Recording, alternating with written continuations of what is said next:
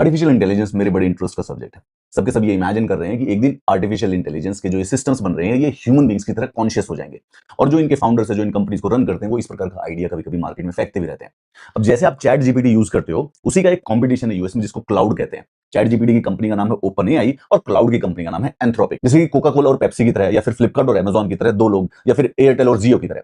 तो ऐसे में ये जो एंथ्रोपिक का जो सीईओ है, ये कहते हैं कि जो ये क्लाउड नाम की, जैसे कि चैट जीपीटी एक प्रकार से, इनका जो ये एआई एजेंट है, हो सकता है वो कॉन्शियस हो गया हो। देयर इज 20% चांस कि उसके अंदर ह्यूमन बींग्स की तरह कॉन्शियसनेस आ गई हो।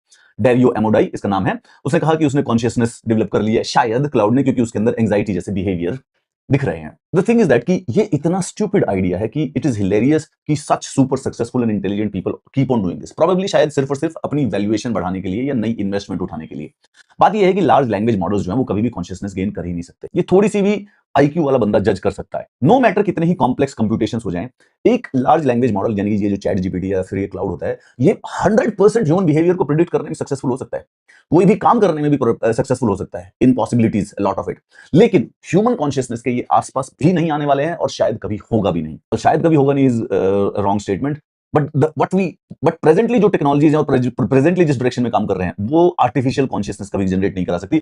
खुद अगर आप क्लाउड या चैट जीपीटी से पूछोगे, वो बता देंगे कि भाई no, I am just predicting, मैं सिर्फ नेक्स्ट वर्ड को प्रिडिक्ट कर सकता हूं। सेकंड, एआई के बारे में एक इंपॉर्टेंट बात है, इल्यूजन ऑफ एक्यूरेसी। क्लाउड या चैट जीपीटी हैं, ये इस प्रकार से डिजाइंड किए गए हैं कि ये कम से कम नहीं तो 20% तो झूठ बोलेंगे ही बोलेंगे। चैट जीपीटी या जो क्लाउड, जो आप एआई वाले जो सिस्टम यूज करते हैं, जेमिनाई, ये एक प्रकार के लार्ज लैंग्वेज मॉडल्स हैं। मतलब कि जब आप इनसे कुछ क्वेश्चन पूछते हैं, तो जो ये आउटपुट देते हैं, जो ये आंसर देते हैं, वो ये अगले वर्ड को प्रिडिक्ट कर, वर्ड के बाद अगला वर्ड कौन सा होगा, क्योंकि इन्होंने इंटरनेट के पूरे डेटा पर ट्रेनिंग कर रखी है।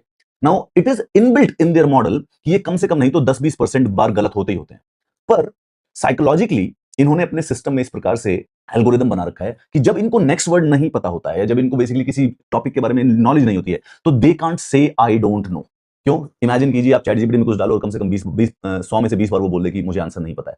ऐसे में इनका जो सारा ऑडियंस है, जो कस्टमर बेस है, वो छूट जाएगा और टूट जाएगा। सो हेंस ये इंटेंशनली जो लार्ज लैंग्वेज मॉडल्स है वो झूठ बोल देते हैं। झूठ का मतलब गलत चीज को प्रिडिक्ट कर देते हैं, उसको कहते हैं एआई की हेलुसिनेशंस।